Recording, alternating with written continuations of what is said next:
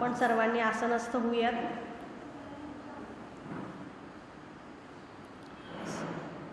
सन 2021-22 या शैक्षणिक वर्गातलं आपल्या पालकांसाठीचं हे आपलं पहिलं मार्गदर्शन. आत्ता सध्या कोरोनाच्या या साथीच्या आजारामध्ये किंवा संसर्गजन्य आजारामध्ये आपण आपल्या विद्यार्थ्यांची काळजी कशी घ्यायची याची काळजी आम्हा सर्व शिक्षकांना लागलेली आहे आणि लवकरात लवकर विद्यार्थी आमच्या शाळेत यावेत अशी आतुरता मनातनं एक वाटती आहे. तर त्यासाठी आमच्या पालकांनाही मार्गदर्शन व्हावं या हेतूने आज आपल्या या शैक्षणिक वर्षातलं पहिलं मार्गदर्शन जे डॉक्टर अतुल कुलकर्णी जे चाइल्ड स्पेशलिस्ट आहेत ते आपल्या पालकांना आणि आपल्या सर्वांना करणार आहेत. तर आजच्या या मार्गदर्शनाच्या सत्राची सुरुवात आपल्या शाळेच्या मुख्याध्यापिका अर्चनाताई कुलकर्णी, आपले अध्यक्ष श्रीयुत राजेशजी पटवर्धन सर आणि आपले आजचे मार्गदर्शक डॉक्टर अतुल कुलकर्णी सर यांना मी विनंती करते याच्या या सत्राची सुरुवात त्यांनी दीपप्रज्वलन करून करावी.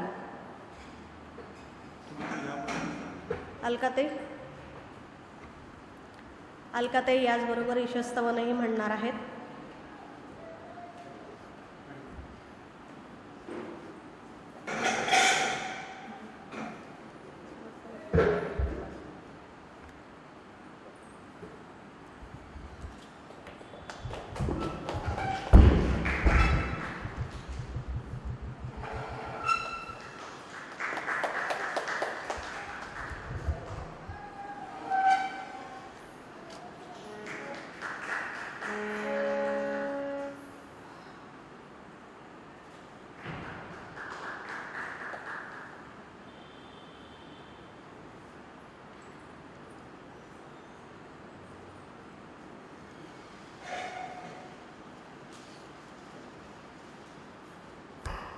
धन्यवाद सर.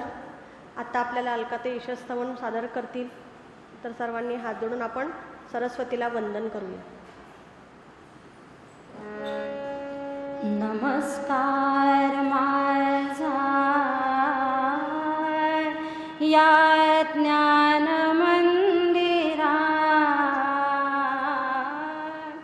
सत्यं शिवं सुंदरा,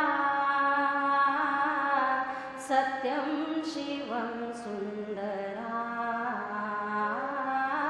सत्यं शिवं सुंदरा, सत्यं शिवं सुंदरा. शब्दरूप शक्ति दे, भावरूप भक्ति दे, शब्दरूप शक्ति दे, भावरूप भक्ति दे, प्रगतीचे पंख दे, चिमण पाखरा, चिमण पाखरा, ज्ञान मंदिरा, सत्यं शिवं सुंदरा, सत्यं शिवं सुंदरा.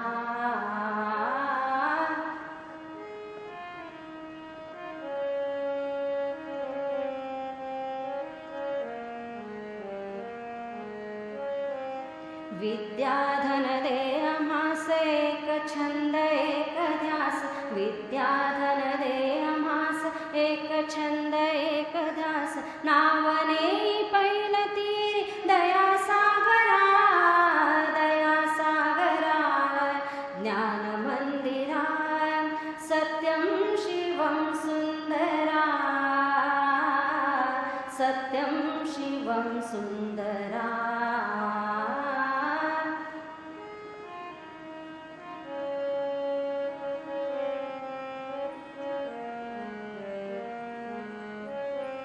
हो आम्ही नीतिमंत, कला गुणी बुद्धिमंत, हो आम्ही नीतिमंत, कला गुणी बुद्धिमंत, कीर्तीचा कळस जाई उंच अंबरा, उंच अंबरा, ज्ञान मंदिरा, सत्यं शिवं सुंदरा, सत्यं शिवं सुंदरा, सत्यं शिवं सुंदरा, सत्यं शिवं सुंदरा. आता यापुढची सगळी सूत्र मी माननीय अर्चनाताई यांच्याकडे सुपूर्द करते.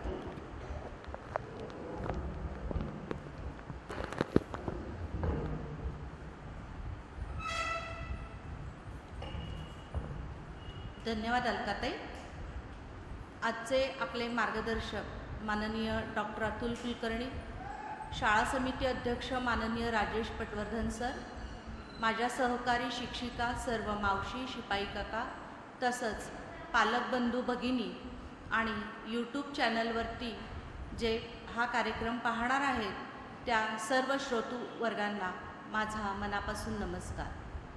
आज आपण सगळेच ऑनलाईन भेटत आहोत आणि या ऑनलाईन भेटीमध्ये आम्हाला तुम्हाला काय काय देता येतं ह्याचा विचार करता करता आज असं वाटत आहे की आपल्याला आपलं आरोग्य महत्त्वाचं आहे आणि आरोग्य चांगलं असेल तरच आपण सगळ्या गोष्टी करू शकणार आहोत.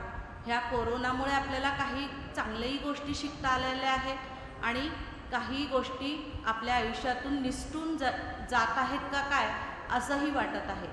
परंतु आपण कायमच सकारात्मक विचार करून आपण विचार केला पाहिजे आणि जे आपल्यासमोर संकट येतं आहे त्याला सामोरं धाडसाने गेलं पाहिजे. यासाठी आपण आजच्या या कार्यक्रमाचं आयोजन केलेलं आहे. आता कोरोनाची तिसरी लाट आहे म्हणतात आणि ती तिसरी लाट छोट्या मुलांवरती आहे असंही आपल्याला कुठून तरी ऐकायला मिळतं आणि मनामध्ये थोडी काळजी, मुलांविषयीची काळजी आणि संकट कुठे आपल्या मुलांपर्यंत कुठे येतं का असे मनामध्ये विचार आपल्या सगळ्यांच्याच आहेत. मग त्याचं निरसन हे तज्ज्ञांकडून होणं खूप गरजेचं आहे. त्यासाठीचा हा कार्यक्रम आहे. त्यामध्ये शाळेनी वेळोवेळी आपली शाळा फक्त अभ्यास शिकवण्याचेच कार्यक्रम करत नाही तर माणूस घडवण्याचा कार्यक्रम आपल्या शाळेमधून होतात. विद्यार्थी घडतात आणि त्याचाच कुठलंही संकट असू देत, सामाजिक संकट असू देत, आर्थिक संकट असू देत किंवा कुठलंही संकट असू देत, तर त्या संकटांशी दोन हात करायला आपली शाळा, आपली संस्था ही कायमच समाजामध्ये अग्रेसर असते. त्याचाच हा भाग आहे. तर आजचे जे प्रमुख वक्ते आहेत त्या वक्त्यांची ओळख करून देण्याची खरं तर गरज नाही आहे, परंतु एक औपचारिकता म्हणून मी त्यांची ओळख करून देते. माननीय डॉक्टर अतुल कुलकर्णी हे बालरोग तज्ज्ञ आहे. आज सोलापुरामध्ये त्यांना कोणी ओळखत नाही असं कोणी नाही आहे. आम्ही जेव्हा पालकांना सर प्रश्न विचारायला सांगितलेलं होतं तेव्हा बऱ्याच पालकांमधून असंच आलं, हो ते आमच्याच मुलांचे डॉक्टर आहेत. यातच सगळं काही आलेलं आहे. तर ते आणि सर्वात महत्त्वाचं म्हणजे ते आपल्या शाळेत हदे प्रशालेचे माजी विद्यार्थी आहेत. ही खूप मोठी ओळख आहे आणि ही संस्थेच्या दृष्टीने खूप मोठी जमेची बाजू आहे. तर इथून पुढे जास्तीत जास्त वेळ आपण सरांना देणार आहोत आणि सरांचं मार्गदर्शन घेणार आहोत. धन्यवाद.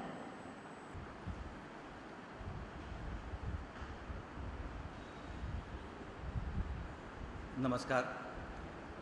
शाळा समिती प्रमुख माझे मित्र राजेश पटवर्धनजी, मुख्याध्यापिका अर्चनाताई कुलकर्णी, उपस्थित सर्व शिक्षक वर्ग आणि पालक आणि विद्यार्थी मित्रांनो, मला आज इथं मुलांचे आरोग्य आणि करोनामध्ये काय काळजी घ्यावी याबद्दल तुमच्याशी हितगुज करण्यासाठी मला इथं बोलवलेलं आहे. तर सर्वप्रथम मी काय करणार आहे की करोनाबद्दल आपण काही चर्चा करूयात आणि त्यानंतर आपण मुलांचं संगोपन कसं करायचं, त्यांच्या आरोग्याकडे कसं लक्ष द्यायचं, त्यांच्या आहाराकडे कसं लक्ष द्यायचं या गोष्टीवर पण देखील चर्चा करणार आहे. आपण जर बघितलं असेल गेल्या 1.5 वर्षामध्ये संपूर्ण जग या करोनाने त्रस्त झालं आहे आणि तुम्हा मुलांना देखील गेल्या 1.5 वर्षात तुम्ही घराच्या बाहेर पडलेलं नाही आहे, तुमच्या मित्रांना भेटला नाही आहे, तुमच्या शिक्षकांना भेटला नाही आहे, शाळेत जाऊन तुम्हाला दंगा करता येत नाही, मजा करता येत नाही, गाणी म्हणता येत नाहीत, खेळता येत नाही आहे आणि या सगळ्या परिस्थितीत तुम्ही असं घरात एक कोंडून टाकल्यासारखं तुम्हाला झालेलं आहे आणि तुम्हाला पण वाटतं की आपण कधी एकदा बाहेर जातो आणि शाळेत जातो आणि आपल्या शिक्षकांना भेटतो, मित्रांना भेटतो, अशी सगळ्यांचीच परिस्थिती झालेली आहे. आणि हे मुलांचं पण नाही, मोठ्या माणसांना पण तसंच झालेलं आहे. आता सगळीकडे चर्चा चालू आहे की तिसरी लाट देखील येईल. आता तिसरी लाट येणार का नाही हे वेळ ठरवणार. काही शास्त्रज्ञ म्हणतात तिसरी लाट येणार आहे, काही म्हणतात येणार नाही आहे. तर बहुतेक वेळ हीच आपल्याला उत्तर देणार आहे होणार आहे का नाही. आणि ती लाट येऊ नये यासाठी आपल्या सगळ्यांचेच प्रयत्न चालू आहेत की बाबा अजून देखील आपण मास्क घालतोय, सोशल डिस्टन्सिंग ठेवतोय, लसीकरण करून घेतोय. तर या तिसऱ्या लाटेबद्दल आपण पालक म्हणून आपण काय आपली जबाबदारी आहे. आणि ह्याच्यात अशी पण चर्चा आहे की बाबा तिसऱ्या लाटेमध्ये मुलांना जास्ती त्रास व्हायची शक्यता आहे आणि त्यामुळे बरेचसे पालक घाबरून गेलेले आहेत. तर सर्वप्रथम मला इथं सांगावं वाटतं की पालकांनी अजिबात घाबरून जाऊ नये. आपण जर गेल्या 2 लाटी बघितल्या, त्या लाटी एवढ्या मोठ्या होत्या, पण तुम्ही जर बघितलं असेल मुलांना त्यात अगदी तुरळक प्रमाणात इजा झाली आहे किंवा गंभीर स्वरूपाचा आजार हा फार कमी मुलांना झालेला आहे. आम्ही बघितले आहेत गंभीर स्वरूपाची मुलं देखील बघितली आहेत, पण मोठ्या माणसांच्या तुलनेत ते अतिशय कमी प्रमाणात आहेत. आता यामागे देखील सायन्स आहे. एक तर काय असतं की लहान मुलांना आपण लसीकरण केलेलं असतं, बाकीच्या लसी दिल्या असतं, MMR दिलं, BCG दिले, बाकीच्या लसी दिल्या असतात. त्या लसींमुळं त्यांच्या शरीरात अँटीबॉडीज तयार झालेल्या असतात आणि ह्या अँटीबॉडीजमुळं ह्या न्यूट्रलायझिंग अँटीबॉडी म्हणतो आपण, ह्या क्रॉस रिॲक्ट होतात त्या करोना व्हायरसशी आणि त्या व्हायरसला शरीरात शिरकाव करू देत नाहीत किंवा जरी झाला तर तो तिथल्या तिथंच थांबतो, त्याचा प्रसार होत नाही. दुसरी गोष्ट अशी असते की ACE2 रिसेप्टर म्हणून म्हणतात, जे फुफ्फुसात असतात. आपल्या सगळ्या मोठ्या माणसांमध्ये हे परिपक्व असतात आणि लहान मुलांमध्ये हे रिसेप्टर्स नसतात. त्यामुळे मुलांना इन्फेक्शन होतं, नाकातनं जातं, सर्दी खोकला होतो, पण ते जंतू फुफ्फुसात जात नाहीत आणि त्यांना निमोनिया होत नाही. आणि करोनात आपण जर बघितलं तर सगळ्यांना निमोनिया झाला आणि पेशंट सिरियस झाला. तर हा एक चांगला भाग आहे की ज्यामुळं मुलांना कॉम्प्लिकेशन्स होत नाहीत. त्यामुळे मला इथं सांगावं वाटतं की जरी तिसरी लाट आली तर आपण घाबरून जाऊ नये. मुलांना शक्यतो काही होणार नाही, जरी संसर्ग झाला तरी तो सौम्य स्वरूपाचा असेल आणि जरी काही कॉम्प्लिकेशन झाले तर त्यावर देखील ट्रीटमेंट आहे. तर आता इथं आपण मुलांना मी इथं थोडंसं मुलांमध्ये हा आजार कसा वेगळा असतो याबद्दल देखील थोडं सांगणार आहे आणि पालकांनी त्याबद्दल काय काळजी घ्यायला पाहिजे. आता मुलांना हा आजार कसा होऊ शकतो. सर्वप्रथम मुलं तर सध्या बाहेर जात नाही आहेत, तर आपल्यापैकी म्हणजे मोठी माणसं आहेत घराच्या बाहेर पडत आहेत त्यांच्याकडनं संसर्ग व्हायची शक्यता आहे. तर सगळ्यात महत्त्वाची गोष्ट, मोठ्या माणसांनी ज्यांनी अजून देखील लस घेतलेली नाही आहे करोनाची, त्यांनी सर्वप्रथम लसीकरण स्वतःचं करून घेतलं पाहिजे. घरच्या मोठ्या माणसांचं करून घेतलं पाहिजे, आजी आजोबांचं करून घेतलं, सगळ्यांचं करून घेतलं पाहिजे, जेणेकरून आपल्यामुळं आपल्या मुलांना संसर्ग होऊ नये. इथं आपण म्हणू की माझा मुलगा किंवा माझं मूल माझी जबाबदारी, की पालकांनी असं धराल की माझ्या मुलाची पूर्णपणे जबाबदारी मी घ्यायला पाहिजे की त्याला करोना होऊ नये म्हणून. आता ही जबाबदारी आपण घेणार, प्रयत्न करणार, पण बऱ्याचशा वेळेला गोष्टी आपल्या हातात नसतात. पण काय एक तर मी सांगितलं की तुम्ही लसीकरण करून घ्या. दुसरं, अजून देखील करोना गेलाय म्हणून बिनधास्त वागणं हे आपण सोडून दिलं पाहिजे. बाहेर जाताना मास्क घालणे, सोशल डिस्टन्सिंग करणे, घरी आल्यानंतर हातपाय स्वच्छ धुणे आणि मगच मुलांना जवळ घेणे. काय होतं की आपण बाहेर जाऊन आलेलो असतो, इकडे तिकडे हात लागलेले असतात, आले की मुलं पहिलं गळ्यात म्हणजे उडी मारतात. तर पहिला आल्या तुम्ही हातपाय स्वच्छ धुवून मग मुलांना घेणे हे, आणि कपडे शक्य जमल्यास घरचे कपडे घालून बाहेरचे कपडे बदलल्यानंतर मुलांना जवळ घेणे, या गोष्टीकडे देखील आपण थोडं लक्ष द्यायला पाहिजे. जोपर्यंत करोना पूर्ण आपल्या जगातनं म्हणजे नाहीसं होणार आहे तोपर्यंत, कदाचित होणार पण नाही, तो थोडं तुरळकपणात पुढे अजून 1-2-3 वर्ष राहील देखील, पण आपल्याला ही काळजी घेणं सध्या तरी जरुरीचं आहे. तर इथं परत एकदा सांगतो, मास्क, सोशल डिस्टन्सिंग आणि सॅनिटायझेशन म्हणजे रोज आल्यानंतर सॅनिटायझेशन हातावर टाकायची गरज नाही आहे. साबणाने स्वच्छ 20 सेकंद किंवा 1 मिनिट जर हात स्वच्छ धुतले, हातपाय धुतले, तर साबण पाणी हे सगळ्यात उत्तम आहे. ते देखील जंतू नाश करू शकतात. तर सॅनिटायझेशन आपण साबण पाणी किंवा असेल तर सॅनिटायझर, जिथं साबण नाही आहे तुम्ही सॅनिटायझर वापरू शकता. चौथी गोष्ट वॅक्सिनेशन. तर mask, social distance, sanitisation, vaccination या 4 गोष्टी महत्त्वाच्या. आता मुलांमध्ये हा रोग झाला तर काय होतं. एक तर मोठ्या माणसांसारखं सर्दी खोकला ताप, अंग दुखणं, थकवा येणं, खूप विकनेस वाटणं, डोकं दुखतं आहे, उठतच नाही, पोरगा झोपू नये 2 दिवस आणि ताप आहे, ताप 2 ते 3 दिवसाच्या सध्याच्या काळात आपण अंगावर काढू नये मुलांचा. 3 दिवसाच्या वरचा ताप डॉक्टरांना नेऊन दाखवावं आणि डॉक्टर सांगतील ती तपासण्या करून घ्यावेत. सध्या पालकांचं काय झालं आहे, नको करोनाची टेस्ट नको, मग आम्हाला दुसरीकडे ठेवलं जातं किंवा हे झालं तर ही भीती मनात आहे.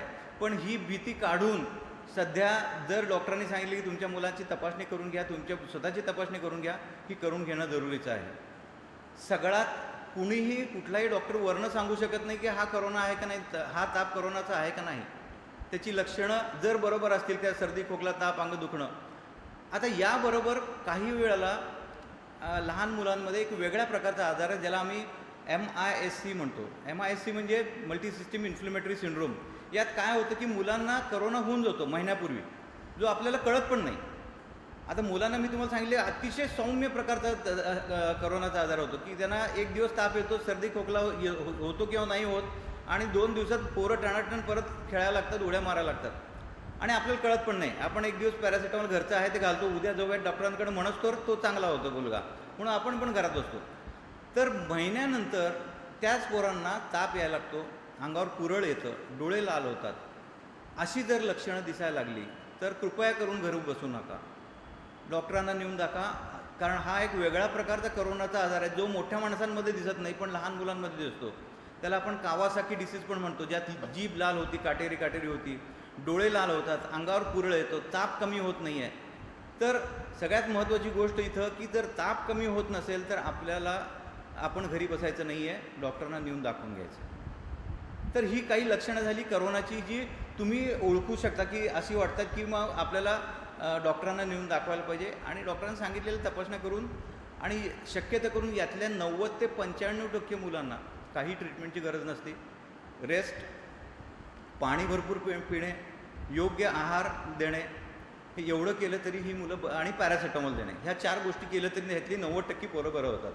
आणि उरलेले ज्या काही पोरांना गुंतागुंतीचे आजार होतात त्यांना काही वेळेला ॲडमिट करायला लागतं, काही जणांना ऑक्सिजन द्यायला लागतं. जसं आपण मोठ्या माणसांमध्ये बघितलं तसे काही इंजेक्शन्स अँटीबायोटिक्स द्यायला लागतात, पण ते अतिशय थोड्या मुलांमध्ये होतं. त्यामुळे त्यावर मी इथं काही चर्चा करणार नाही. आणि तसं झालं तर डॉक्टर तुमचे ठरवतील काय करायचं आणि काय नाही. तर आपल्याला इथं महत्त्वाचं काय आहे की आपल्या मुलाला संसर्ग झाला आहे का नाही, ही एक सर्दी खोकला ताप अंग दुखणं, आणि दुसरा प्रकार मी जो सांगितला ते डोळे लाल होणं, अंगावर पुरळ उठणं, जीभ लाल होणं आणि ताप कमी न होणं, अशी जर लक्षणं दिसली तर डॉक्टरांना नेऊन दाखवायचं आहे.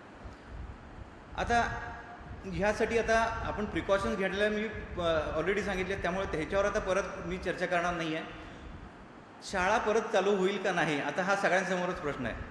आणि झालं तर मग काय करायचं आणि ती कशी घ्यायची, आता हे जसं वेळच ठरवणार आहे. कारण जर शाळा चालू झाली तर शाळेत पूर्वीसारखं सगळेच मुलं एका बॉकावर 2-2 पोरं बसतील, गळ्यात घालून दंगा करतील असं होणार नाही आहे. तर कदाचित शाळेत वर्गात जो 40चा वर्ग आहे त्यात 20च पोरं बसतील, त्यांना पण रेस्ट्रिक्शन्स असेल, असं काही होतील. पण त्या गोष्टी हळूहळू ठरवल्या जातील आणि त्याप्रमाणे तुम्हाला सांगितल्या जातील. म्हणजे पुढे देखील आपल्याला हे कशासाठी, ह्याला आपण म्हणतो सोशल डिस्टन्सिंग. 2 पोरांमध्ये 6 फुटाचं अंतर पाहिजे बसलेल्या, मास्क लावून यायला पाहिजे, पोरांनी हात स्वच्छ धुतले पाहिजेत, खाणं पिणं तिथंच करता येईल का नाही, शाळेचं वेळ तेवढीच राहील का नाही, ह्या गोष्टी सगळे पुढे ठरणार आहेत. त्यामुळे तसं जर ज्यावेळी शाळा चालू व्हायचा वेळ येईल त्यावेळी काही गाईडलाईन्स येतील आणि त्यावेळेत आपण परत एकदा चर्चा करूयात की त्यावेळी आपल्याला काय काय नियम पाळायचे. तर सध्या आपल्याला काय करायचं, घरातच बसायचं आहे. त्यामुळे घराच्या बाहेर पडायचंच नाही आहे, घरात बसायचं आहे. शिक्षक तुम्हाला व्हिडिओ पाठवत आहेत, आताच बहिणी मला सांगितलं व्हिडिओ पाठवत आहेत, काही खाण्याचे हे पदार्थ हे पण पाठवत आहेत, काही गाणी पाठवत आहेत आणि ते तुम्ही घरात बसून एन्जॉय करायचं आहे आणि ते जे सांगतायत त्याचं पालन करायचं आहे. शिक्षक जसं सांगतायत तसं जेवण करायचं आहे. परत मग आता जेवण हा एक आहार हा एक फार महत्त्वाचा घटक आहे, तो मी वेगळा घेतलेला आहे. तर ते देखील महत्त्वाचं आहे. तर सध्या जे चालू आहे ऑनलाईन जे म्हणतो आपण ते सध्या चालू ठेवायचं आणि सोशल डिस्टन्सिंग, मोठ्या माणसांनी घरात वॅक्सिनेशन करून घ्यायचं आहे. या गोष्टी आपण पाळूयात सगळ्यांनी. आता पुढच्या ह्याच्यावर आपण येऊयात की मुलांचं आरोग्य म्हणजे काय. इंग्लिशमध्ये म्हणतात हेल्थ इज वेल्थ. म्हणजे जगातली सगळ्यात मोठी संपत्ती ही आरोग्य आहे आणि ही संपत्ती जी असते ती आपल्या आईवडिलांकडनं जेनेटिक मिळते, पण ती पुढं टिकवणं हे आपल्या हातात असतं. आता मोठं झाल्यावर मोठ्या माणसांनी स्वतःचं आरोग्य कसं टिकवायचं हे त्यांना माहीतच आहे, पण लहान मुलांचं आरोग्य कसं टिकवायचं हे त्यांच्या पालकांची जबाबदारी. तर त्यांचं आरोग्य कसं चांगलं राहावं, त्यांची वाढ कशी चांगली व्हावी, ही जबाबदारी ही पूर्णपणे पालकांची आहे. त्यामुळे पालकांनी काय करायचं आहे याबद्दल मी थोड्या काही गोष्टी तुम्हाला सांगणार आहे. आता व्याख्या काय आहे आरोग्याची? It is a state of physical and mental health. म्हणजे शारीरिक आणि मानसिक स्वास्थ्य ह्याला आपण आरोग्य म्हणतो. म्हणजे नुसतं शारीरिक तंदुरुस्त खूप जास्त वजन आहे हे आरोग्य नाही आहे. तर तुमचं शारीरिक स्वास्थ्य आणि त्याच्याबरोबर मानसिक स्वास्थ्य पण महत्त्वाचं आहे. हे लहान मुलांसाठी पण तेवढंच महत्त्वाचं आहे जेवढं मोठ्या माणसांसाठी महत्त्वाचं आहे. आता आपण पहिल्यांदा शारीरिक स्वास्थ्यापासून चालू करूयात. आता या शारीरिक स्वास्थ्यामध्ये काय काय गोष्टी येतात? एक म्हणजे शरीर चांगलं राहावं यासाठी आपण काय करतो? आहार चांगला करतो. दुसरं काय करतो? आपले स्नायू बळकट राहावे, व्यायाम करतो. तिसरी गोष्ट काय करतो की योग्य ती विश्रांती मिळणं, झोप मिळणं. झोप हा खूप महत्त्वाचा घटक आहे मोठ्या आणि लहान मुलांच्या देखील जीवनातला आणि रोजच्या दिवसामधला. ती झोप पूर्ण व्यवस्थित मिळणं. त्यानंतर तिसरी गोष्ट, आपल्याला आजार होऊ नये म्हणून आपण काय करावं, कुठल्या काळजी घ्याव्यात. चौथी गोष्ट, स्वच्छता राखणं जेणेकरून आपल्याला काही संसर्ग होऊ नये स्वतःला. आणि पाचवी गोष्ट, काही आजार आहेत जे आपल्याला होऊ नयेत, जसं काही आपण म्हणतो की लसीकरण करून घेतो की बाबा डिप्थेरिया आहे, घटसर्प आहे, टिटॅनस आहे, हे आजार आपल्याला होऊ नये. त्यामुळं आपण आपली काय काळजी घेतो किंवा मुलांची काय काळजी घेतो ह्या गोष्टी महत्त्वाच्या आहेत. तर आपण आहारापासून चालू करूयात. तर आहार हा सगळ्यात मोठा म्हणजे आईसाठी पण सगळ्यात अवघड प्रश्न आहे की काय द्यायचं मुलांना, काय खायला द्यायचं, काय द्यायचं नाही. कारण आजचा सगळं जे जग आहे ते सगळं फास्ट चाललं आहे. म्हणजे फास्ट फूड आहे, जंक फूड आहे आणि मुलांना इतके ॲडव्हर्टाईज समोर दिसतात, लिम्काची ॲडव्हर्टाईज, थम्सअपची ॲडव्हर्टाईज, बर्गर, पिझ्झा, आणि हे सगळं बघून मुलं तेच मागत आहेत. त्यामुळे आईला देखील खूप अवघड जातं की काय करून द्यायचं. पण आपल्या ज्या जुन्या पद्धती आहेत त्या खरंच खूप सुंदर आहेत, त्या आपल्या आरोग्यासाठी खूप चांगल्या आहेत. तर त्या पाळणं आपलं सगळ्यात महत्त्वाचं आहे. आपल्या इथं जे पिकतं ते खावं असं म्हणतो आपण, ज्याला स्टेपल फूड म्हणतो, की गहू ज्वारी जे पिकतं आहे त्याच्या तो बेस राहावा आणि त्याच्याबरोबर काही अजून आपल्याला कडधान्य आहेत, डाळी आहेत, उसळी आहेत, हे सगळं त्यात ॲड करून आपण मुलाला जितकं चांगलं खायला देतो तेवढं हे महत्त्वाचं आहे. आता काही जणांना मुलगा पहिला 4-5 वर्षाचा असेल आणि काही दुसरा लहान मुलगा असेल, कदाचित 1 वर्ष किंवा 6 महिन्याचा देखील असेल, तर हे खाण्याचा जो संस्कार म्हणतो मी त्याला, की किंवा एखादी त्या मुलामध्ये रुजवायची असेल तर ती 6व्या महिन्यापासून चालू करायला पाहिजे. तर त्याला खाण्याची सवय लागते. आता खूप वेळा आपण बघतो की मुलं फक्त दूध पितात आणि आईवडिलांना पण वाटतं की आईला पण वाटतं की दूध प्यावं मुलांनी, आणि त्याचा 50% आहार हा 2-3 वर्षापर्यंत दुधावरच असतो. सकाळी दुपारी दूध, संध्याकाळी दूध. तर दूध हा आता दुधामुळं होणारे तोटे देखील आता आपल्या खूप समोर आले आहेत. त्यामुळे दूध हा पहिला घटक आपल्या मुलांचा एकदा 1 वर्षाचा झाल्यानंतर हळूहळू तो त्याच्या आहारातला कमी व्हायला पाहिजे. आता बॅलन्स डाएट म्हणतो आपण. बॅलन्स डाएट म्हणजे काय की समतोल आहार, ज्याच्यामध्ये कार्बोहायड्रेट 40%, जवळजवळ 40 ते 45%, प्रोटीन्स 25 ते 35% आणि फॅट्स 15%. या ह्याच्यात आपण जर आहार तयार केला तर त्याला आपण समतोल आहार म्हणतो. नुसतं आपण भात खाल्ला किंवा त्यातनं फक्त कार्बोहायड्रेट जाणार आहे, पण भाताबरोबर जर तुम्ही डाळ घातली त्यामध्ये तर काय होणार आहे, त्यात प्रोटीन्स जाणार आहेत. 1 चमचाभर तूप घातलं तर फॅट पण जाणार आहे. तर वरण भात किंवा आपण खिचडी करतो, खिचडी केली, इवन शिरा आहे, उपीट आहे, पोहे आहे, पोह्यामध्ये आपण डाळी घालतो, काही वेळेला शेंगा घालतो, त्यातनं प्रोटीन्स जातं, थोडं फॅट्स पण जातात. तर हे जे आपण आपल्या नेहमीच्या खाण्यामधले पदार्थ आहेत हे मुलांसाठी चांगले आहेत. नुसती इडलीपेक्षा वड्यामध्ये आपण डाळ घातलेली असते. इडली असेल तर त्याच्यावर तुम्ही डाळीचा सांबार दिला तर ते सांबार आणि इडली हे दोन्ही मिळून पूरक होतात, म्हणजे त्याला समतोल आहारमध्ये वापरतो. तर मुलांना बिस्किटं सकाळी उठल्यानंतर टोस्ट, खारी आणि केक, पेस्ट्रीज ह्या कृपया करून देऊ नका.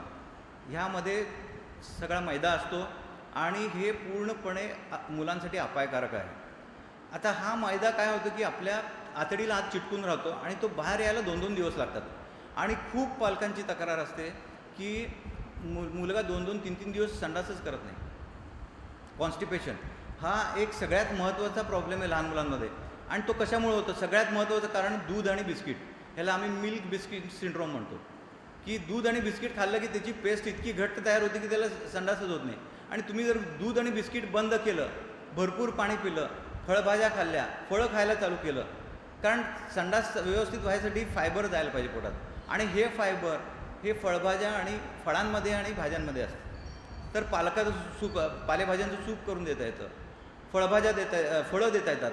आता फळामध्ये काय होतं, बऱ्याच वेळा कॅन्ड ज्यूस वापरतात. कॅन्ड ज्यूस चांगलं नाही आहे. तर मी कुठल्या गोष्टी सांगतो, बेकरी प्रॉडक्ट्स मुलांसाठी चांगले नाहीत. वन्स इन व्हाईल, आठवड्यातनं एखाद्या वेळेस खाल्लं तर, पण रोजच मी बघितले बऱ्याच वेळेला ग्लुकॉन डीचा हे आपला पार्लेजीचा पुडा आणि चहा समोर ठेवला जातो. पोरं खातात आणि निघतात. पण त्याच्यामुळं पोरांना अपाय होणार आहे. त्यापेक्षा घरचं साधं पोहे केले, उपीट केलं, खीर केली, काही सुशिला केला, म्हणजे अशा काही ज्या घरच्या घरी आपण इडली आहे, ह्या प्रकारचं जर मुलांना खायला दिलं तर हे सगळ्यात चांगलं राहील.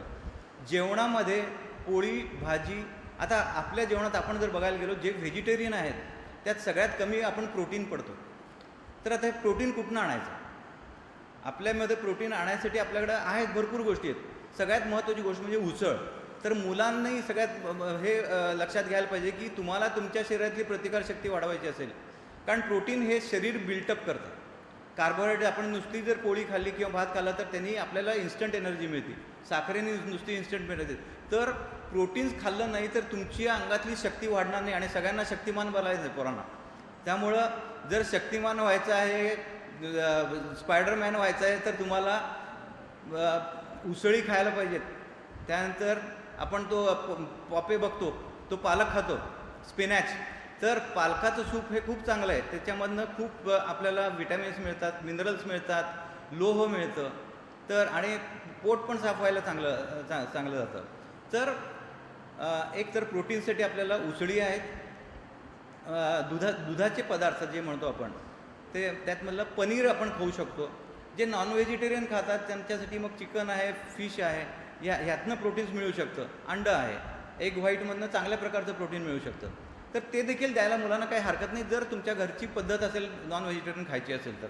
तर मुलांना कडधान्य आणि उसळी हा रोजचा भाग, आणि डाळ, कडधान्य आणि उसळ हे जर आपल्या रोजच्या जेवणात पाहिजेच.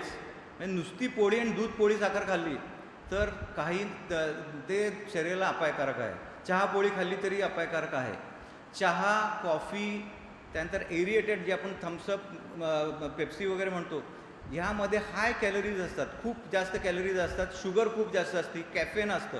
आणि ह्या कॅफेनमुळं मुलांचे हृदयाचे ठोके वाढतात. त्यामुळं हे पदार्थ मुलांना देऊ नयेत. तर आता अजून काय देऊ नयेत त्याच्यावर परत येणार. आता कारण आता सध्या प्रॉब्लेम तोच आहे की ज्याला आपण जंक फूड म्हणतो. जंक फूड म्हणजे काय? जंक फूडमध्ये आता मी सांगितलं समतोल आहारमध्ये कार्बोहायड्रेट 40%, 25 ते 30% प्रोटीन्स, 15% फॅट. तर ह्या जंक फूडमध्ये 50% फॅट किंवा 40% फॅट, 40% कार्बोहायड्रेट आणि शुगर आणि सॉल्ट, ह्या 3च गोष्टी असतात, प्रोटीन्स नसतात. तर ह्या सगळ्या कॅटेगरीत मोडणाऱ्या ह्याला आपण जंक फूड म्हणतो. ते फूड ते बेसिकली आपण जे बघतो की बर्गर खातात, पिझ्झा खातात, किंवा मग एरिएटेड ड्रिंक्स आहेत, जे पदार्थ वारंवार एकाच तेलामध्ये उकळले जातात. जेणेकरून आता फ्रेंच फ्राईज वगैरे आपण हे करतात, किंवा काही भजी किंवा समोसे वगैरे आहेत. तर ह्याच्यामध्ये काय होतं की ट्रान्स फॅट्स म्हणून एक प्रकारचं फॅट तयार होतं. आणि ते फॅट एकदा आपल्या शरीरात जाऊन बसले की ते परत बाहेर वितळायला खूप वेळ लागतो. आणि ते फॅट आपल्या शरीराच्या रक्तवाहिन्यांमध्ये जाऊन बसतं. त्यामुळं असे पदार्थ आपल्या मुलांसाठी धोकादायक आहेत. त्यामुळे हे जंक फूड्स पिझ्झा वगैरे द्यायचा असेल तर महिन्यातनं एखाद दुसऱ्या वेळेस दिलं तर ठीक आहे, पण आठवड्यातनं 2-3 वेळा पिझ्झा खातोय, पास्ता खातोय, बर्गर खातोय, तर ही गोष्ट चांगली नाही आहे. तर ह्या गोष्टी आपण कमी करून टाकायच्या आहेत आणि बंद करून टाकायच्या आहेत. आता यामुळं काय काय होतं आहे की पोरं एकतर ते त्याच गोष्टी खात आहेत, पोळी भाजी खात नाहीत. त्यामुळं त्यांची पोळी भाजी सवय जाती, त्यांना जे पाहिजे ते सकस अन्न, समतोल आहार मिळत नाही आहे आणि त्यामुळे त्यांची प्रकृती चांगली राहत नाही, पहिली गोष्ट. दुसरी काय होतं, कॅलरीज खूप जास्त आहेत. पोरं काय करतात, टी व्ही समोर बसतात आणि खात बसतात. त्यामुळं आपल्याकडं आता ओबेसिटी म्हणजे वजन वाढल्याची पण भरपूर उदाहरणं आहेत की वर्गात आपण बघतो की 5-7 पोरं तर अशी असतात की ज्यांचं वजन 10 किलो त्यांच्या नॉर्मलपेक्षा जास्ती आहे आणि ते पुढं जाऊन इतकं वाढतं की पुढं त्या मुलांना ब्लड प्रेशर, अजून काही बाकीचे आजार होतात. तर जेवढं जाड, आधी कसं म्हणायचं, जाड म्हणजे छान, पण आता कसं म्हणतो आपण की त्याचा वजन आणि त्याची उंची त्याच्या वयानुसार असायला पाहिजे. वजन जाड, दिसायला जाड म्हणजे सुदृढ नाही. कृपया हे सगळ्या आयांना काय असं, माझा मुलगा बारीक आहे, पण ह्या मुलगा बारीक आहे पण तो एनर्जेटिक सकाळपासून संध्याकाळपर्यंत खेळतोय, म्हणजे तुमचा मुलगा नॉर्मल आहे. त्याला काही दुसरे, पण जाड आहे आणि दिवसभर बसून राहतोय, ही गोष्ट चांगली नाही आहे. तर जाड आता आपण चांगल्या, म्हणजे जाड हे देखील, हा देखील एक ओबेसिटी हा आजार आहे. तर आपण आपला मुलगा जास्त जाड असावं याच्या देखील मागं लागू नये, असं मला इथं एकदा सांगावं वाटतं. तर ह्या गोष्टी डाएटबद्दल झाल्या. आता लहान मुलांना आता आपण बघतो की गेल्या वर्ष 1.5 वर्षात तर मुलं घरात बसूनच आहेत, पण नुसतं बसून राहणं हे योग्य नाही आहे की घरात देखील तुम्ही त्या पोरांना काही उड्या मारायला, कारण रेकमेंडेशन लहान पोरांसाठी काय आहे की ॲटलिस्ट 3 तास तरी त्यांची फिजिकल ॲक्टिव्हिटी व्हायला पाहिजे. 3 तास जर पोरं खेळली दिवसातनं तर त्यांना भूक चांगली लागेल, झोप चांगली लागेल, त्यांच्या शरीराची वाढ चांगली होईल. तर बऱ्याच पालकांची कंप्लेंट काय असते, माझ्या पोराला भूकच लागत नाही आणि काय होत असतं की आई दर 3 तासाला काहीतरी खायला देत असते आणि तो पोरगा मागतच नाही, त्याला भूक लागणार कुठनं? तर तुम्ही जोपर्यंत त्याचं पोट मोकळं करत नाही तोपर्यंत त्याला भूक लागणारच नाही. तर पहिल्यांदा बघा किती वेळा तुम्ही देताय खायला. दिवसातनं 3 वेळाला दिलं तर ठीक आहे, पण 3-3 तासाला जसं आपण एक वर्षाच्या आतल्या मुलांना देतो तसं मोठ्या, आता एकदा 4-5 वर्षाची पोरं झाली की त्यांना गरज नाही आहे. त्यांना सकाळी ब्रेकफास्ट नंतर एक 4 तास मधले गॅप, दुपारी जेवणानंतर एक 4 ते 5 तासाची गॅप पाहिजे आहे आणि त्याच्यामध्ये जर तुम्ही सारखं काही खायला घालत असेल तर पोराला भूकच लागणार नाही. आता फिजिकल ॲक्टिव्हिटीमध्ये तुम्ही काय करू शकता, आता शाळेत आल्यावर पोरं काय खेळतात, शिडीवर चढतात, उड्या मारतात, पकडापकडी खेळतात, लपंडाव खेळतात, या सगळ्या गोष्टी होतात. पण आता होत नाही तर घरात तुम्ही काहीतरी असे छोटे छोटे खेळ आहेत की थोडं उड्या मारायला लावता येतील, काही थोडे योगा, छोट्या म्हणजे सोपे असे योगासनं करता येतील आणि थोडी पळापळ घरच्या घरी किंवा अंगणामध्ये तिथं जर केली तर त्यांचं फिजिकल ॲक्टिव्हिटी, आणि जर फिजिकल ॲक्टिव्हिटी वाढली तर त्यांची भूक वाढून जाते. रेस्ट, आता झोप, आता बरेच पालक काय कंप्लेंट करतात, पोरगा 11-12 वाजेपर्यंत झोपतच नाही. कारण आई वडील पण टी व्ही बघत असतात, पोरं पण टी व्ही बघत असतात, सगळेजण त्या टी व्ही आणि मोबाईलमुळं पूर्ण जग बदलून गेलं आहे, फॅमिली लाईफ बदलून गेलं आहे. पोरांच्या मोबाईलमध्ये, आईवडिलांच्या मोबाईलमध्ये, असं जग झालेलं आहे सध्या. तर ते आत्ताच नाही आपण बदललं तर ही पोरांना पुढं खूप त्रास होणार आहे. तर झोप चांगली यायचं असेल तर एकतर त्यांचा फिजिकल ॲक्टिव्हिटी व्हायला पाहिजे. झोपायच्या आधी 1 तास टी व्ही, मोबाईल काहीही दाखवायला नाही पाहिजे. झोपेचं वातावरण तयार करायला पाहिजे आपल्याला. ह्या गटाच्या मुलांनी कमीत कमी 8 ते 9 तास, इव्हन मी म्हणतो 10 तास झोपलं तरी हरकत नाही आहे. काही पोरं 12 तास झोपतात, झोपू देत, रेस्ट मिळू दे, काही हरकत नाही आहे. पण 4 तास 5 तासाची झोप योग्य नाही आहे, 6 तासाची झोप योग्य नाही आहे. त्यांना कमीत कमी, कारण मोबाईल काय आता पोरं व्हिडिओ बघत बसतात, यूट्यूब बघत बसतात, काहीतरी गाणी बघत बसतात, टी व्ही बघत बसतात. यात गुंतणं चांगलं नाही आहे. आता आमच्या IFPच्या रेकमेंडेशनप्रमाणे लहान मुलांना टी व्ही किंवा स्क्रीन टाईम म्हणजे काय, टी व्ही, तुमचा मोबाईल, जे काही दिसतं आपण डोळ्याने बघतो, 2 वर्षाच्या आतील मुलांना दाखवायलाच नाही पाहिजे. आता आपण बघतोय की 4 महिन्याचं बाळाला देखील खायला घालताना समोर मोबाईल ठेवताना खायला घालत असतं. तिथूनच चूक होती आहे, तिथूनच आपण चुकतोय सगळे. लहान मुलांना त्या वयामध्ये सोशल इंटरॅक्शन महत्त्वाचं आहे. बाहेर काय दिसतंय की आईचा चेहरा, वडिलांचा चेहरा, बाकीच्यांचा चेहरा, बाकीचे ज्या गोष्टी त्यात त्यांना दिसणं महत्त्वाची आहे आणि त्यात इंटरॅक्शन होणं महत्त्वाचं आहे. जर 2 वर्षाच्या आतल्या मुलांना तुम्ही सारखं व्हिडिओची सवय लावली तर एक तर काय दिसून आलं आहे की त्यांचं बोलण्याची जे आपण म्हणतो बोलणं उशिरा शिकायला लागले. मुलं बोलतच नाही आहेत, ते नुसते त्यातनं ऐकतायत आणि बघतायत, कारण ते कोणाशी बोलतच नाही आहेत. कारण आई समोर काही ते ठेवून ती तिच्या कामाला जाते, ते तो बघत बसतो, कोणाशी बोलणार तो. तर बोलायसाठी कोणी जर त्याच्याशी बोललं तर तो त्याच्याशी बोलणार, तो काही त्या टी व्हीशी किंवा ह्याच्याशी बोलणारच नाही आहे. त्यामुळं एक तर मुलांना बोलण्याचे प्रॉब्लेम यायला लागलेत, उशिरा बोलायला लागलेत, चिडचिडे व्हायला लागलेत, त्यांना कुठला टी व्ही दिसला नाही किंवा हे मोबाईल दिसला नाही ते रेस्टलेस होऊन जातात आणि हायपर ॲक्टिव्हिटी म्हणजे स्वस्थ एका ठिकाणी बसत नाहीत. काहीतरी हे घे ते घे, एका ठिकाणी हायपर ॲक्टिव्हिटी म्हणतो आपण. तर हायपर ॲक्टिव्हिटीसारखे हे प्रॉब्लेम्स या मुलांमध्ये येतात. आणि अजून एक महत्त्वाचा प्रॉब्लेम्स म्हणजे मुलांना डोळ्याचे देखील त्रास खूप वाढले आहेत. लहान मुलांना चष्मा लागतो आहे, खूप जणांना दिसायला त्रास होतो आहे, कारण मोबाईल अगदी जवळ घेऊन बघतायत. तर 2 वर्षाच्या पुढच्या मुलांना recommended screen time is only 1 hour. पण आता काय झालं की आपल्याला नाईलाजानं आपल्याला ऑनलाईन शिक्षण देतो आहे. पण मग आता माझं पालकांना असं सांगणं आहे की जे शाळेचं शिकवत आहे 40 मिनटं 50 मिनटं जे आहे तेवढ्या पुरता तुम्ही फक्त स्क्रीन टाईम पोरांना द्या. बाकीच्या वेळेस तुम्ही त्यांना बाकीच्या खेळांमध्ये, बैठ्या खेळांमध्ये, मी सांगितलं तसं थोड्या पळापळी घरात बाकीच्या खेळांमध्ये गुंतवा. हे गुंतवणं महत्त्वाचं आहे. कारण आपण काय करतो, हे संपलं की टी व्ही संपली की हे. आता त्यात मला अजून एक इथं सजेशन करावं वाटतं की मुलं मोबाईलवर बघतात आणि मोबाईलवर बघणं 1 तासभर हे खूप त्रासाचं आहे. तर काही एक्सटेन्शन कॉर्ड्स मिळतात, ते तुम्ही टी व्हीला कनेक्ट करू शकता आणि टी व्हीवरनं तुम्ही लांब बसून बघू शकता, जेणेकरून मुलांच्या डोळ्यावर परिणाम होणार नाही. कारण सारखं जर लहान मुलं पण ते मोबाईलवर बघत बसले तर प्रत्येकाच्या घरात टी व्ही तर असतोच. एक तर ब्लूटूथ म्हणजे स्मार्ट टी व्ही असेल तर ब्लूटूथनी कनेक्ट करून स्क्रीनवर बघा किंवा कॉर्ड मिळते, कॉर्ड जर डायरेक्ट ह्याला लावली टी व्हीला तर मोठ्या स्क्रीनवर तुम्हाला बघता येईल. आता त्यात पण कसं आहे, 20 मिनटं, त्यात एक रूल ऑफ 20 म्हणतो आम्ही की 20 मिनटं आपण सलग एखाद्या स्क्रीनवर बघत गेलो, 20 मिनटानंतर आय स्ट्रेन व्हायला चालू होतो, डोळ्याला त्रास होतो, डोक्याला देखील मध्ये तुम्ही गरगरायला लागतं काही वेळानंतर. तर 20 मिनटानंतर तुम्ही 20 सेकंदाचा गॅप घ्यायला पाहिजे आणि त्यावेळेला तुम्ही 20 फूट लांब बघायचं. कळलं मी काय सांगितलं? स्क्रीनवर तुम्ही सारखं बघताय, लॅपटॉपवर, आता खूप जण मोठी मुलं पण लॅपटॉपवर काम करतात. 20 मिनटानंतर 20 सेकंदाचा गॅप घ्या आणि लांब बघा, म्हणजे तुमची जी नजर इथंच थांबली आहे ती लांब जाईल. तर रूल ऑफ 20 म्हणजे मला शिक्षकांना पण सांगावं वाटतं की 20 मिनिटं तुमचं टीचिंग झाल्यानंतर मुलांना सांगायचं की तुम्ही आता टी व्हीकडे बघू नका, जरा दुसरीकडे बाकीचं थोडा वेळ 20 सेकंद बघा आणि परत रिजॉईन व्हा, की जेणेकरून तुमच्या त्या मुलांच्या आय स्ट्रेन होणार नाही, डोळ्यावर त्रास होणार नाही. तर ह्या झाल्या गोष्टी स्क्रीन टाईपबद्दल.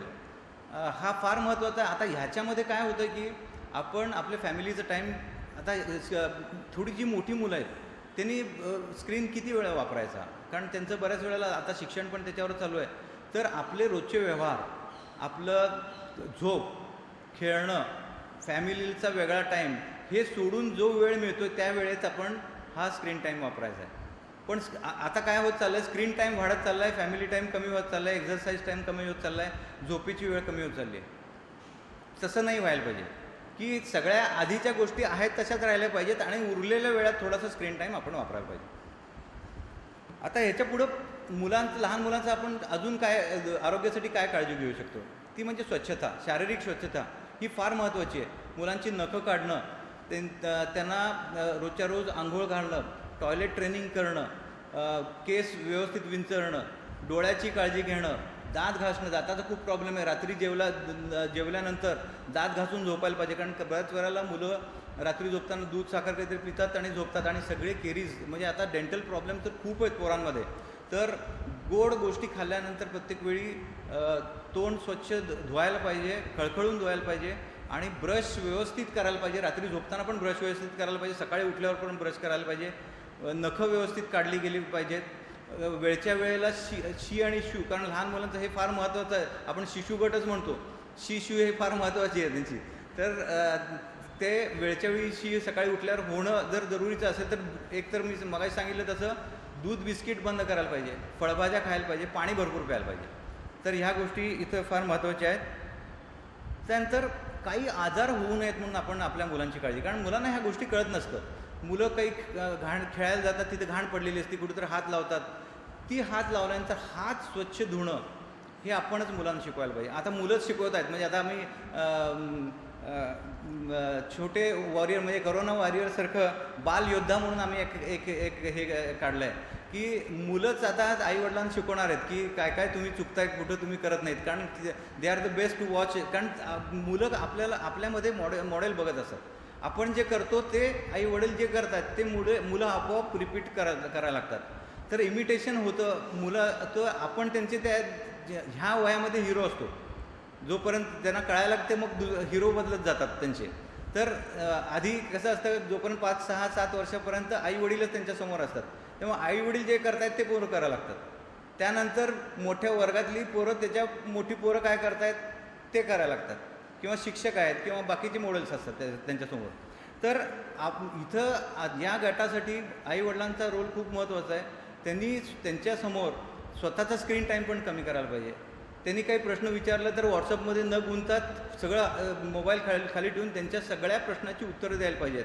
त्यांच्याशी कॉन्व्हर्सेशन प्रत्येक गोष्टीचं त्यांना त्यांचे जे प्रश्न आहेत त्यांची उत्तरं द्यायला पाहिजेत.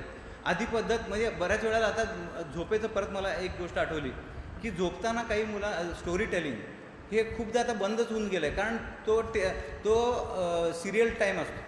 त्यामुळं आई त्या सिरियलमध्ये अडकलेले असतात बऱ्याच वेळेला. तर आणि आज्यांना देखील हल्ली सिरियल आवडायला लागले, त्यामुळे त्या पण अडकून गेल्यात. तर मला वाटतं की खास करून मुलं जोपर्यंत झोपत नाहीत तोपर्यंत आजीनी किंवा आईनी त्यांना वेळ काढायला पाहिजे की एखादी छानशी गोष्ट ज्यातनं त्यांना काहीतरी संदेश जातो आहे, की त्यांना काहीतरी काहीतरी चांगले संस्कार होत आहेत अशी गोष्ट स्टोरी टेलिंग हे ह्या वयात व्हायलाच पाहिजे.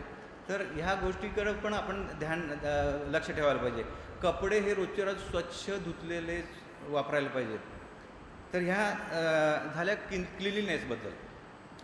हात धुणं, बाहेरनं आल्यानंतर हात पाय स्वच्छ धुणं ही तर सवय लावायलाच पाहिजे. आणि करोनाने सगळ्यांनाच लावली, लहान मुलांना काय मोठ्या म्हणा सगळ्यांना सॅनिटायझेशन आणि हात धुणं हे सगळं आपण करतोच आहे. आता आपल्या इथं आजार कुठले कुठले होतात. एक म्हणजे फ्लू म्हणजे सर्दी खोकला. ज्यावेळी सर्दी खोकला होता, आता करोना म्हणजे सर्दी खोकलाच आहे, तो ह्यांच्यातलाच एक भाऊ आहे.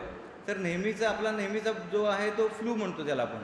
सर्दी खोकला वर्षातनं 2-3 वेळेला होतो, मुलांना कमी होऊन जातो. पण ज्यावेळी सर्दी खोकला होतो त्यावेळेला औषध म्हणजे जे काही पॅरासिटामॉल काही देतात डॉक्टर, ते रेस्ट घेणं आणि शक्यतो शाळेला न जाणं. कारण आपण गेलो की आपलं सर्दी खोकला दुसऱ्याला लागतं, दुसऱ्याचं तिसऱ्याला, म्हणजे तो संसर्ग होतो. तो टाळण्यासाठी तसंच चिकन पॉक्स आहे, ज्यांना कांजण्या होतात, अंगावर फोडं येत आहेत.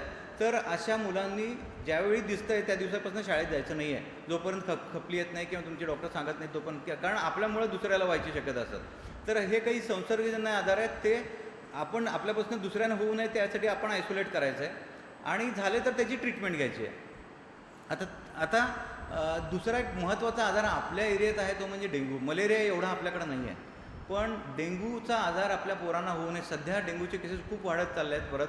तर होऊ नये याच्यासाठी आपण पावसाळ्यात सीझन चालू झाला आहे, जे पाणी साठतं आहे ते पाणी रोजच्या रोज तुम्ही काही बाहेर आपण ठेवलेलं टायर आहे किंवा एखादी फुटकी बशी आहे कशात तर पाणी साठते आणि त्यात डास हे तयार होतात.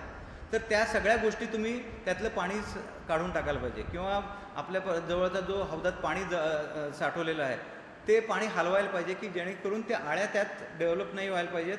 आणि किंवा त्यात गप्पी मासे सोडा, अशा काही गोष्टी केल्या तर. आणि फवारणी करून घ्यायची घराच्या बाहेरची. आणि डास कमी व्हावे त्यासाठी जाळ्या लावणं, नेट लावणं मुलांसाठी. आणि लागलं तर क्रीम आपण जे वापरतो मॉस्किटो रिपेलंट, कॉईल्स ह्या वापरायच्या नाहीत. ज्या कॉईल्स आपण लावतो त्यांनी मुलांना त्रास होतो, श्वसनक्रियेचे आजार व्हायची शक्यता असतात. तर क्रीम तुम्ही लावू शकता. मुख्य डासाची हेच डास तयार होऊ नयेत याच्यासाठी आपण काळजी घ्यायला पाहिजे. तर डेंग्यूसाठी आपण थोडीशी काळजी घ्यायला पाहिजे. अजून एक आजार होऊ नये सगळ्यात महत्त्वाची गोष्ट म्हणजे इम्युनायझेशन. सध्या पूर्ण जग हे करोनाचं वॅक्सिन घेण्याच्या मागं पडलेलं आहे. तसंच आपण लहान मुलांना जन्मल्यापासून BCG देतो, ट्रिपल देतो, मेंदूज्वरचं वॅक्सिन देतो, हिपॅटायटिस बीचं देतो, मिझल्स देतो, MMR देतो. चिकन पॉक्स देतो, हिपॅटायटिस ए देतो, टायफॉईड देतो. तर या सगळ्या वॅक्सिनेशनची आपण मुलांना झालं आहे का नाही रेग्युलरमध्ये आपल्या डॉक्टरांकडनं हे करून घ्यायला पाहिजे. सध्या फ्लूचं वॅक्सिन घ्या म्हणून सगळ्यांना रेकमेंडेशन आलं आहे, कारण फ्लू हा करोनासारखाच आजार आहे आणि तसा सिमिलर आजार होऊन पोरं परत आजारी पडू नये म्हणून फ्लू वॅक्सिन मुलांना द्यायला काही हरकत नाही आहे. तर आणि ज्या मुलांना खास करून काही दमा आहे, हृदयाचा आजार आहे किंवा काही किडनीचा आजार आहे, अशा मुलांना तर सगळ्या प्रकारचं वॅक्सिनेशन देणं जरुरीचं आहे. आता बऱ्याच वेळा पालकांच्या मनात शंका असते की वॅक्सिनेशन द्यायचं का नाही द्यायचं, का सगळी देऊ का नको द्यावं. जर तुम्हाला शक्य असेल, कारण काही वॅक्सिनेशन महाग आहेत, की निमोनिया आहे त्याचं वॅक्सिनेशन महाग आहे, तर जर शक्य असेल तर सगळी, कारण आता आपल्याकडं या करोनात बघितलं आपण वॅक्सिनेशनसाठी आपण म्हणजे कधी वॅक्सिन येतं आहे असं झालं होतं सगळ्यांना, कारण आपल्याला तो आजार होऊ नये. तसंच आपल्याला मुलांना जर आजार झालाच नाही तर सगळ्यात चांगलं. आणि आपल्याकडं काही थोडीच वॅक्सिन आहेत की ज्या आजारांच्या विरुद्ध आहेत, तर जेवढी वॅक्सिनेशन तुम्हाला देणं शक्य आहे, जे तुमचे डॉक्टर सांगत आहेत तेवढी द्यावी आहेत. त्यामुळं मुलांना आजार होणार नाही. आजार होऊन आजारी पडून नंतर त्याच्यात इम्युनिटी तयार होणं हे काही चांगलं नाही.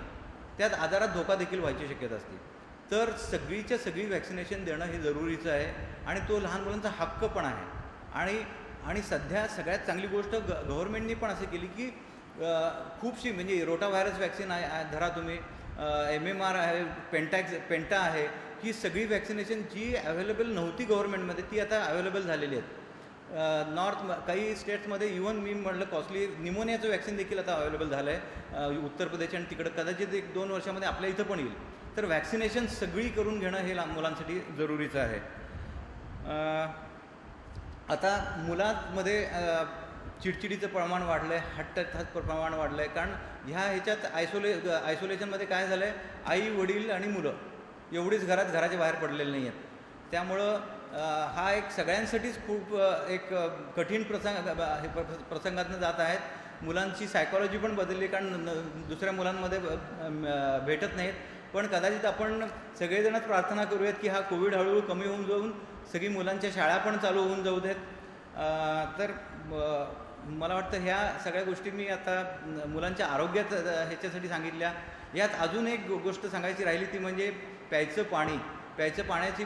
मुलांना आईवडिलांना काय वाटतं की 2 वर्षाचा झाला आता साधं नळाचं पाणी देऊ, पण ते नळाचं पाणी चांगलं आहे का नाही आपल्याला माहीत नाही आहे. फिल्टर पाणी दिलेलं केव्हाही चांगलं, कारण ह्या पाण्यामधनं कावीळ, टायफॉईड, डिसेंट्री हे तिन्ही रोग होतात.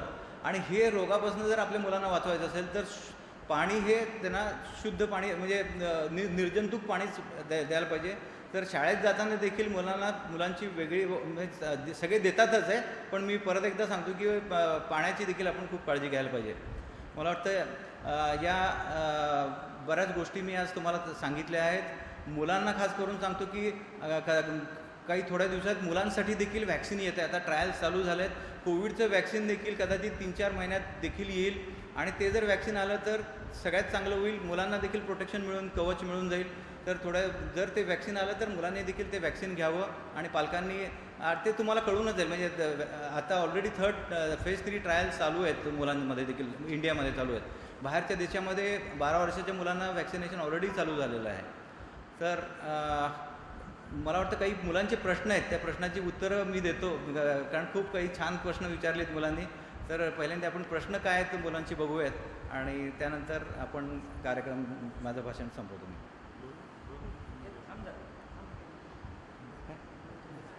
नाही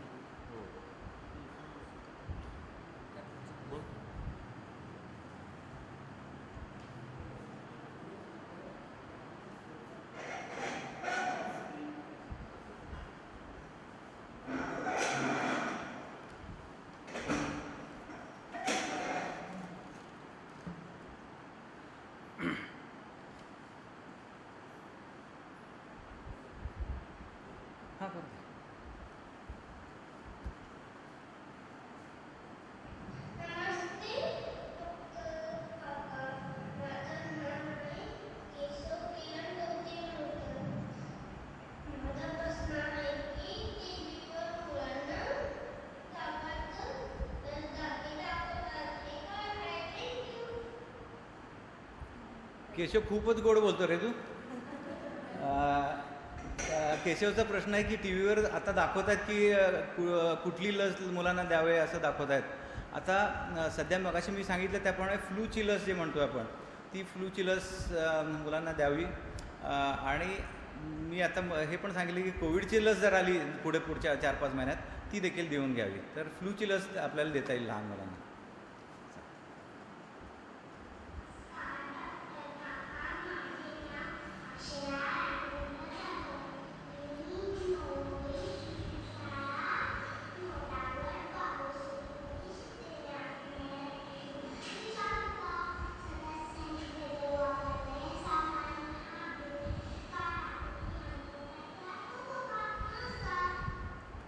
अक्षरा खूप छान प्रश्न आहे तुझा. कारण मग सारखं सारखं सॅनिटायझर वापरून मुलांचे काय मोठ्या माणसांचे हात देखील त्यांना ॲलर्जी आली आहे, हात पांढरे झाले आहेत आणि त्रास पण होतो आहे त्याच्यामुळं. तर सॅनिटायझर फारसं काही प्रत्येक वेळी वापरायची गरज नाही आहे. तुम्ही स्वच्छ साबणाने साबण आणि पाण्याने हात धुतलं तरी चालेल.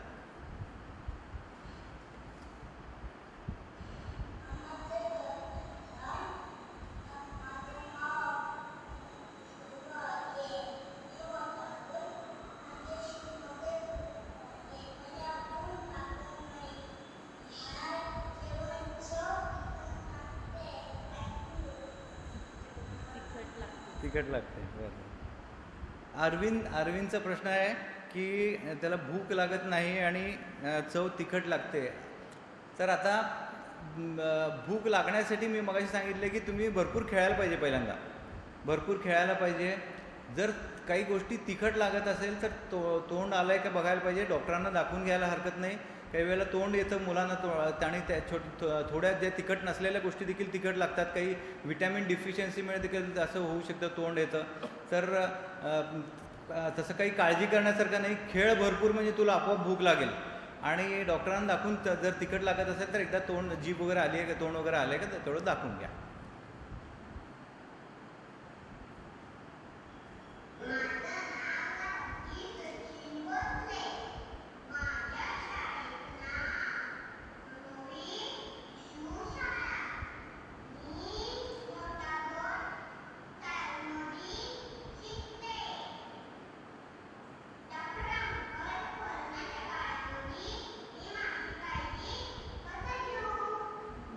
खूप गोड बोलते गार्गी आणि तुझं बो पण खूप छान आहे. करोनाची काळजी आता मी सगळ्यांना सांगितले. मुलांनी कशी काळजी घ्यायची. एक तर तुम्ही मास्क वापरायचा आहे. आता सध्या तरी घराच्या बाहेर पडायचं नाही पहिली गोष्ट. आणि पडलं तरी आईवडिलांबरोबर जातात तेवढे मास्क वापरायचा आहे. गर्दीच्या ठिकाणी जायचं नाही आहे. आणि ज्या गोष्टी सांगितल्यात का तुमच्या शरीरातली शक्ती वाढण्यासाठी सांगितल्यात त्या सगळे खाण्याच्या ज्या गोष्टी सांगितल्यात उसळी, डाळी, कडधान्य सांगितल्यात. काही वेळेला आपण लिंबू वापरतो की ज्यामुळे आपलं स्वतःची इम्युनिटी वाढते. अशा गोष्टी खायच्या आहेत. त्यामुळे जे आई सांगते, शिक्षक सांगतायत तसं व्यवस्थित जेवण करायचं आहे. अशा हे करून तुम्ही तुमची काळजी घेऊ शकता करोनामध्ये. आणि तुम्हाला काही होणार नाही, काळजी करू नका.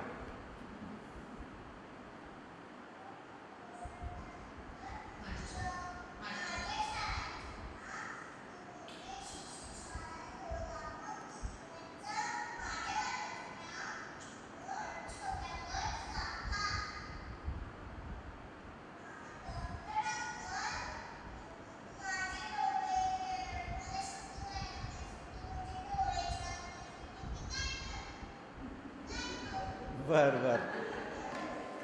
छान प्रश्न आहे तुझा. तर आता सध्या डोळे कशामुळे डोळ्याला त्रास होतो आहे तर आपण सारखं टी व्ही बघतो आहे. तर पहिल्यांदा टी व्ही बघणं कमी करायचं आहे आपण. आणि शक्ती येण्यासाठी डोळे चांगले राहण्यासाठी जेवणामध्ये एकतर डोळ्यासाठी खास करून आपण गाजर आहे, मुळा आहे, टोमॅटो आहे अशा गोष्टी खायच्या आहेत. त्याच्याबरोबर उसळी, कडधान्य या गोष्टी खायच्या आहेत. आणि ह्याच्यामुळं तुमची शक्ती छान वाढणार आहे आणि शक्तिमान तुम्ही सगळेजण होणार आहे. आणि मगाशीच मी तुमच्या आईवडिलांना सांगितलं आहे की पोरांना काय काय करून खायला घालायचं मी सगळं सांगितलं आहे त्यांना. हां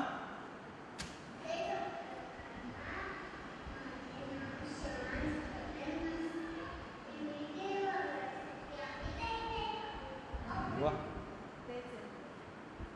आता मगाशी सांगितले तेच इम्युनिटी म्हणजे प्रतिकारशक्ती.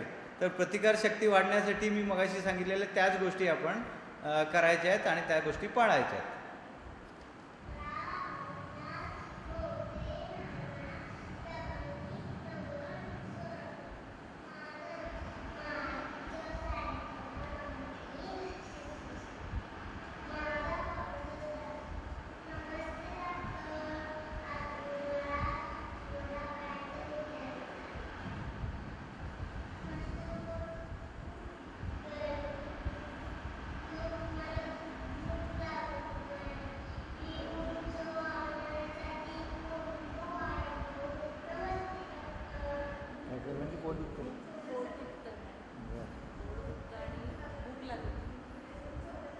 त्रिशा ना तिचं नाव काय? तुझं पोट दुखतंय, भूक लागत नाहीये, अजून काय त्रास आहे? उंच व्हायचं आहे. आता या गोष्टीसाठी आता पोट कशामुळे दुखतंय आपल्याला बघायला पाहिजे. सगळ्यात महत्त्वाची गोष्ट काय माहिती आहे का मुलांमध्ये पोट दुखायचं कारण काय आहे माहिती आहे का? कुरकुरे आणि चिप्स. तर मुलं जर सगळ्यात एक नंबरचं कारण सध्या पोरांच्या पोटात दुखायचं हे कुरकुरे आहे. तर ह्या गोष्टी आपण खायचंच बंद करायला पाहिजे. ज्या गोष्टी पाकिटातनं येत आहेत त्या गोष्टी आपण खायचं नाही आहे. घरी शिजवलेलं चांगलं अन्न खायचं आहे. त्यामुळे पहिल्यांदा तुझं पोट दुखायचं कमी होऊन जाईल.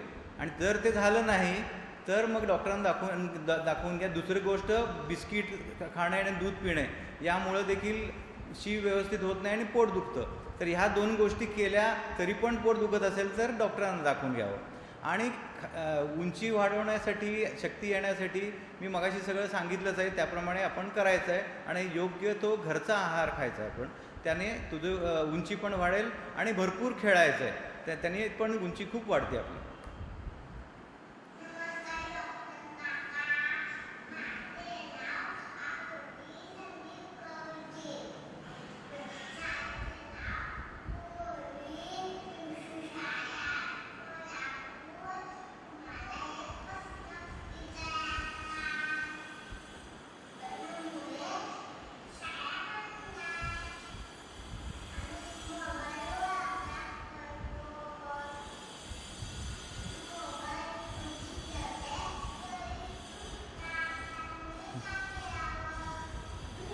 खूपच छान. आणि मी मगाशी सांगितलेलाच प्रश्न तू विचारला आहे की मोबाईल बघून बघून डोळे दुखत आहेत. पण आता मी काय सांगतो, तुम्ही मोबाईल नाहीतरी आधी बघतच होता ना गाणी आणि सगळं. तर शाळेसाठी थोडे दिवस मोबाईल वापरा, बाकीच्यासाठी वापरू नका. आणि मी पालकांना मगाशीच सांगितलं आहे की मोबाईलच्या ऐवजी तोच मोबाईल स्क्रीन शेअर करून तुम्ही टी व्हीवर दाखवा. त्यामुळं मुलांच्या डोळ्यावर ताण पडणार नाही. आणि दुसरी गोष्ट मी सांगितलं तसं 20 मिनिटानंतर आपण ब्रेक घ्यायचा आहे. सारखं त्या मोबाईलकडे बघायचं नाही. आणि इतर वेळेस देखील तुम्ही मोबाईल वापरायचा नाही आहे. मुलांना या वयात 1 तासाच्या वर मोबाईल वापरायचाच नाही आहे. तर तसं जर केलं तर तुमचे डोळे साबूत राहतील, चांगले राहतील.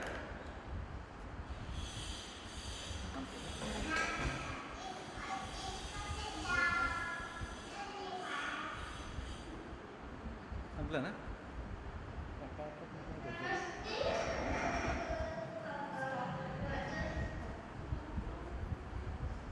मला वाटतं मुलांचे खूपच छान प्रश्न होते आणि खूपच सुंदर, अतिशय गोड असे विचारले होते मुलांनी प्रश्न.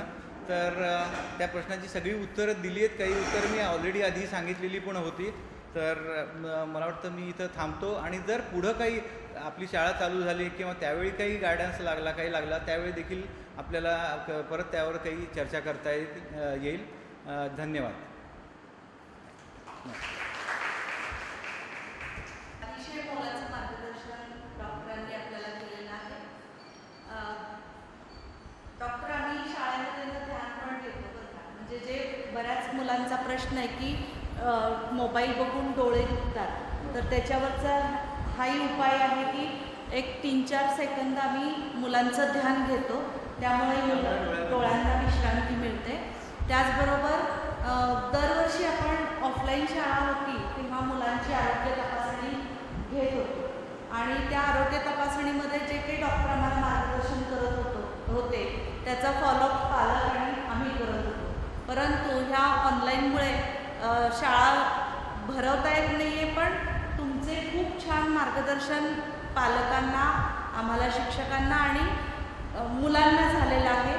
आपल्या व्यस्त दिनचर्येमधून आपण आमच्यासाठी वेळ दिला त्याबद्दल शाळेकडून आपले आभार. आणि यासाठी माननीय पटवर्धन सरांना मी विनंती करते की सरांचा सन्मान करावा त्यांनी.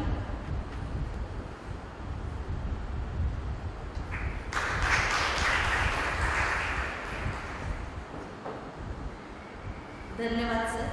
आणि मी सर्व पालक आणि शाळा यांच्या वतीने सरांच्या परवानगी अशी डॉक्टरांना ग्वाही देते की आपण जे मार्गदर्शन केलेलं आहे त्यानुसार आम्ही पुढील वाटचाल करू.